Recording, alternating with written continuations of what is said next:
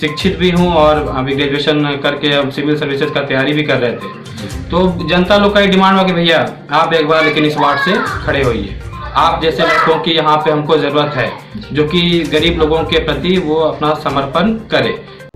Kelanchal times की खास पेशकश नगर निगम का दंगल। नमस्कार, स्वागत है आप सभी का केलांचल टाइम्स में और मैं हूं आपके साथ महिमा सिंह। तो जैसा कि आप सभी को हमारे चैनल के द्वारा निगम चुनाव को लेकर पल पल की जानकारी दी जा रही है और हमारे संवाददाता भी लगातार आप सभी तक हर एक प्रत्याशी की योजनाओं और तैयारियों की जानकारी पहुंचाने की लगातार कोशिश कर रहे हैं। तो इसी कड़ी में हमारे संवाददाता अभी चुनाव के मैदान से पल पल की जानकारी पहुंचा रहे हैं। आइए देखते हैं हमारे संवाददाता विकास कुमार की ये खास रिपोर्ट।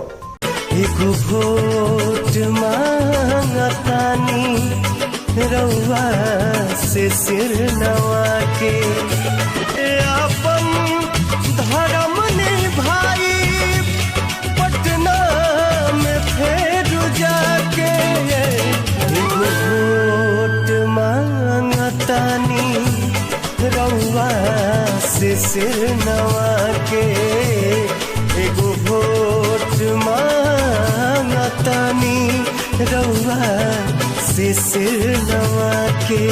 आप देख रहे हैं केलांचल टाइम्स, मैं हूं विकास कुमार। गांव के सरकार के बाद शहर की सरकार बनने की घोषणा कर दी गई थी, लेकिन सरकार के तकनीकी रवैये के कारण, सरकार के कुछ टेक्निकल इशू के कारण चुनाव को फिलहाल स्थगित कर दिया गया है। लेकिन आने वाले समय में ऐसा माना जा रहा है कि छठ के बाद चुनाव होना तय है, क्योंकि हाईकोर्ट ने जो आदेश दिया है वो सरकार कह रही है कि मैं उससे ज्यादा पहले से आरक्षण दे रहा हूं मेयर और डिप्टी मेयर यानी अध्यक्ष और उपाध्यक्ष के पद पर।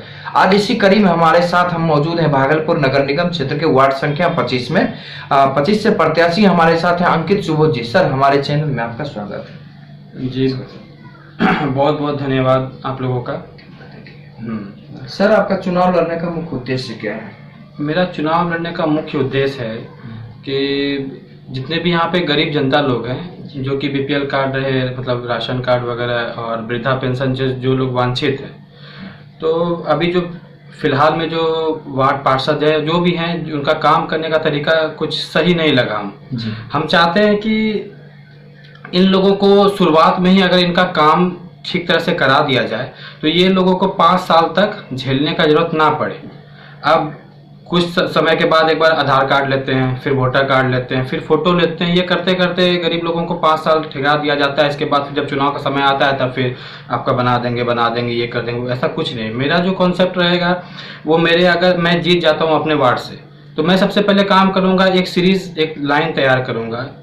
वो आरटीआई के तहत जो भी गरीब लोगों को सरकार की तरफ से सुविधाएं दी जाती है वो मैं मूलभूत रूप से उसको निकाल के पूरी करने का कोशिश करूंगा। और जहां तक हो सकेगा मैं अपने फंड से, चाहे वृद्धा पेंशन रहे कि कुछ रहे, वो मैं चाहूंगा कि मैं अपने फंड से लगाकर इन लोगों को मैं 5 साल तक निश्चिंत कर दूं, ताकि ये लोग फिर खुद कह सके कि बेटा तुम अब सोए रहो, तुम्हारा जीत अब निश्चित है। हम नहीं चाहते हैं कि वो फंड का किसी का इंतजार करे कि मेरा वृद्धा पेंशन बनेगा तो ये बनेगा। हम चाहते हैं कि खुद अपने ही फंड से हम लगा के वो लोगों को हम बना के निश्चिंत कर दें।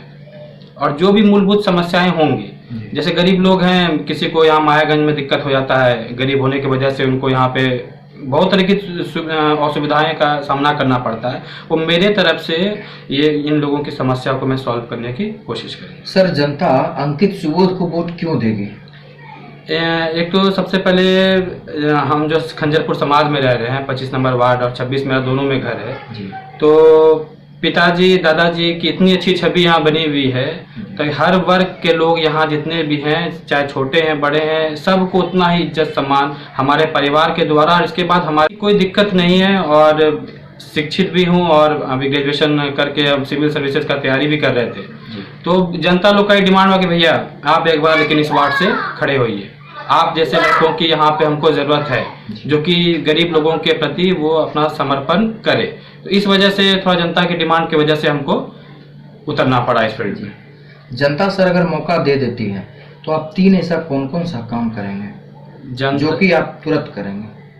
मैंने तो अभी जैसे आपको बताया कि सबसे पहले मेरा काम रहेगा कि आरटीआई निकालना, राइट टू इन्फॉर्मेशन, जो वार्ड की जनता के लिए जो सरकार के तरफ से सुविधा मुहैया कराई जाती है, जो कि सरकार की जो योजना है जो कि उन तक पहुंच नहीं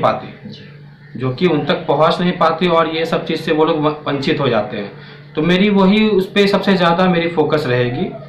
हाँ, जो उन लोग को मतलब कि चाहे वो राशन से हो या वृद्धा पेंशन से हो या और भी, जैसे अभी गरीब लोगों के लिए एक कौन सा योजना चल रहा है, वो श्रम कार्ड वाला। हाँ, वो जो भी योजनाएं हैं गरीब लोगों के लिए, मेरा सबसे ज़्यादा चोट उसी पे रहेगा। भ्रष्टाचार पे चोट होगा? बिल्कुल होगा भ्रष्टाचार पे चोट।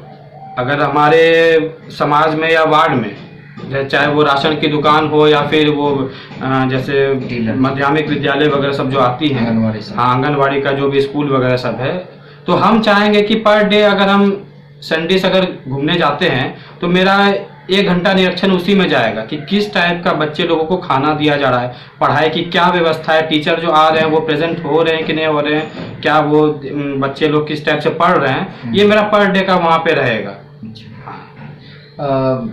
एक और सवाल है कि आजकल एक परंपरा चली है, प्रधानमंत्री आवास योजना में लोग पैसा लेते हैं, राशन कार्ड में पैसा लेते हैं, शौचालय के नाम पे पैसा लेते हैं। क्या आपके जीतने के बाद ऐसी नहीं, ये समस्या तो मेरे में नहीं होगी।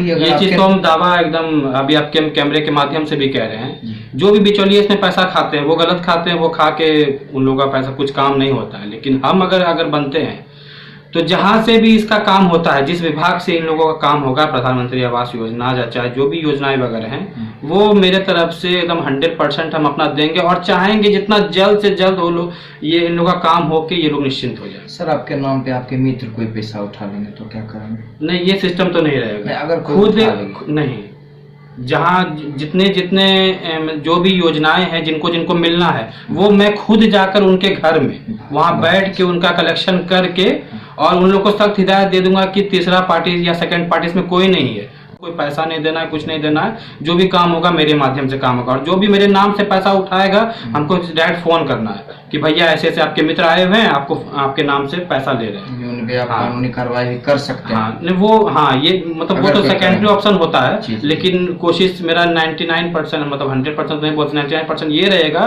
कि ऐसा कुछ नहीं होगा। जनता से क्या अपील करना चाहते हैं?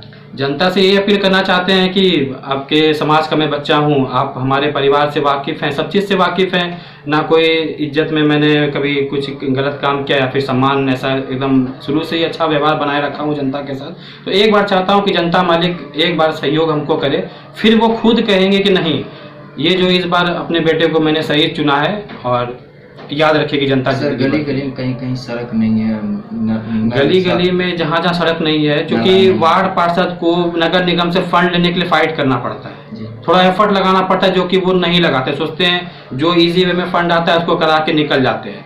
तो मेरा जो अगर हम जब जीतते हैं तो सबसे पहले मीटिंग बुद्धिजीवी लोगों के साथ होगा, हर मतलब मोहल्ले में, जैसे मतलब मान लीजिए महाराज घाट रोड हो गया, खिरनी घाट रोड हो गया, मकबरा हो गया, एक जगह जाके वहाँ मीटिंग बैठाएंगे, जो भी बुद्धिजीवी लोग हैं उनसे परामर्श लेंगे कि चाचा जो भी है कि क्या समस्या है यहाँ पे। अब जैसे रोड का समस्या होगा, चाहे पियाओ का समस्या हो गया, बोरिंग का समस्या हो गया, नगर निगम में ये सब फंड अवेलेबल रहता है, थोड़ा वार्ड पार्षद को इस चीज़ के लिए ज़्यादा फाइट करना पड़ता है अपने वार्ड में लाने के लिए उस योजना को। तो मेरा वही उसी पे ज़्यादा जोर रहेगा, हर वार्ड मतलब हर मोहल्ले में जाके जो भी मेरे वार्ड में जो भी क्षेत्र पड़ता है वहाँ की समस्या सुन के और हर तरफ से ताकत लगा के उस योजना को लाने का मैं काम करूँगा।